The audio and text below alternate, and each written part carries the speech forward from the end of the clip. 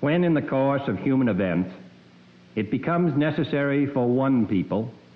to dissolve the political bands which have connected them with another, and to assume among the powers of the earth the separate and equal station to which the laws of nature and of nature's God entitle them, a decent respect to the opinions of mankind requires that they should declare the causes which impel them to the separation. We hold these truths to be self-evident, that all men are created equal, that they are endowed by their Creator with certain unalienable rights, that among these are life, liberty, and the pursuit of happiness, that to secure these rights, governments are instituted among men, deriving their just powers from the consent of the governed, that whenever any form of government becomes destructive of these ends, it is the right of the people to alter or to abolish it, and to institute new government, laying its foundation on such principles and organizing its powers in such form as to them shall seem most likely to affect their safety and happiness. Prudence indeed will dictate that governments long established should not be changed for light and transient causes, and accordingly all experience hath shown that mankind are more disposed to suffer, while evils are sufferable, than to right themselves by abolishing the forms to which they are accustomed. But when a long train of abuses and usurpations, pursuing invariably the same object, evinces a design to reduce them under absolute despotism, it is their right, it is their duty, to throw off such government and to provide new gods for their future security.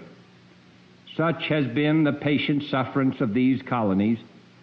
and such is now the necessity which constrains them to alter their former systems of government. The history of the present King of Great Britain is a history of repeated injuries and usurpations, all having in direct object the establishment of an absolute tyranny over these states. To prove this, let facts be submitted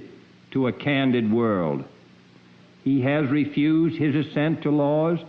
the most wholesome and necessary for the public good. He has forbidden his governors to pass laws of immediate and pressing importance,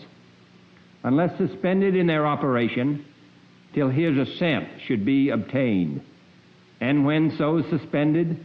he has utterly neglected to attend to them. He has refused to pass other laws for the accommodation of large districts of people, unless those people would relinquish their right of representation in the legislature, a right inestimable to them and formidable to tyrants only. He has called together legislative bodies at places unusual, uncomfortable, and distant from the depository of their public records, for the sole purpose of fatiguing them into compliance with his measures. He has dissolved representative houses repeatedly for opposing with manly firmness his invasions on the rights of the people.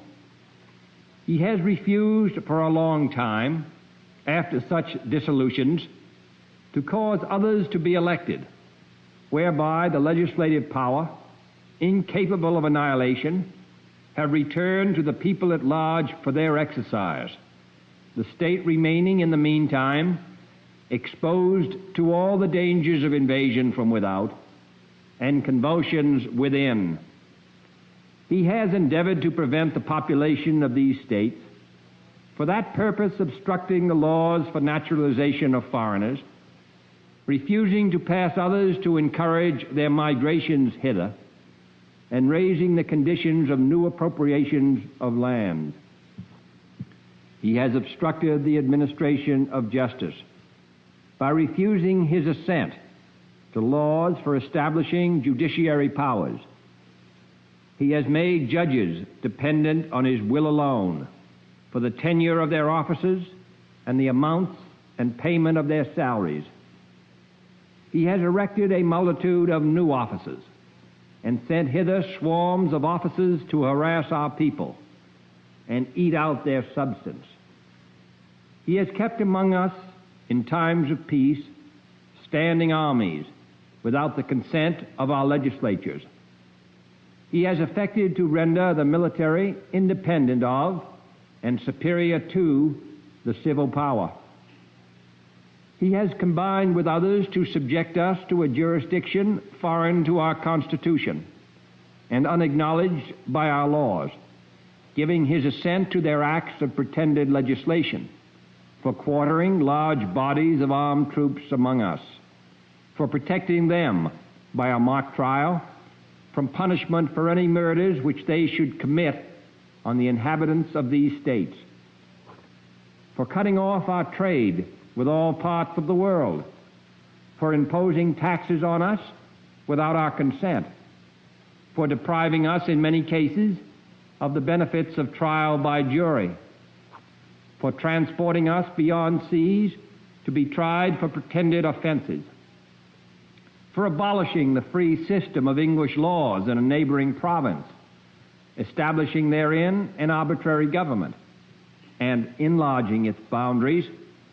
so as to render it at once an example and fit instrument for introducing the same absolute rule into these colonies, for taking away our charters, abolishing our most valuable laws, and altering fundamentally the forms of our government,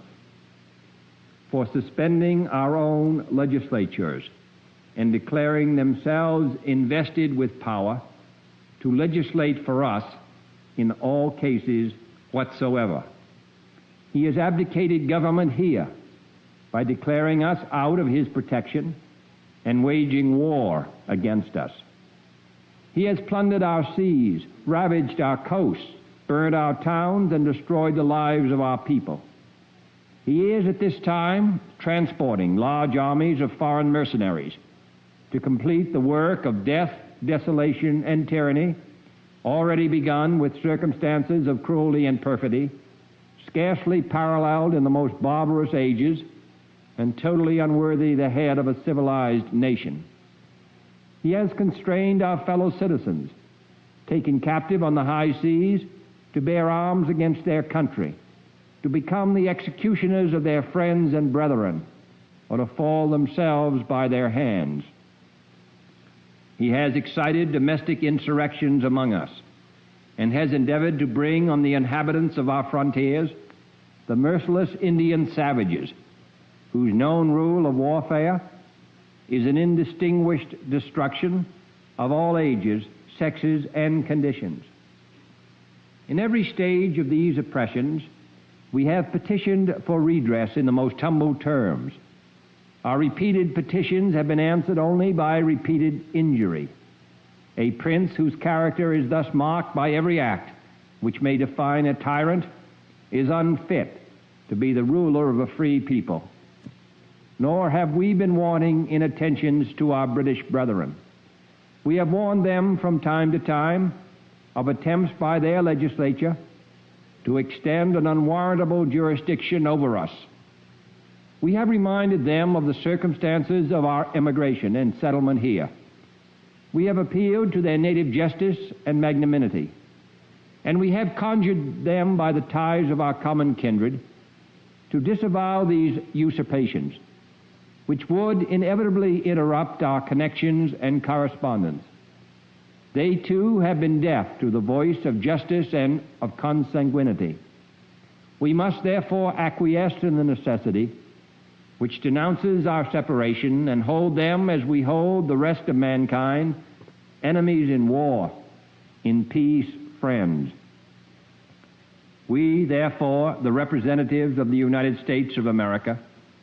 in General Congress assembled, appealing to the Supreme Judge of the world for the rectitude of our intentions, do in the name and by authority of the good people of these colonies solemnly publish and declare that these united colonies are, and of a right ought to be, free and independent states, that they are absolved from all allegiance to the British Crown, and that all political connection between them and the state of Great Britain is and ought to be totally dissolved, and that as free and independent states, they have full power to levy war, conclude peace, contract alliances, establish commerce,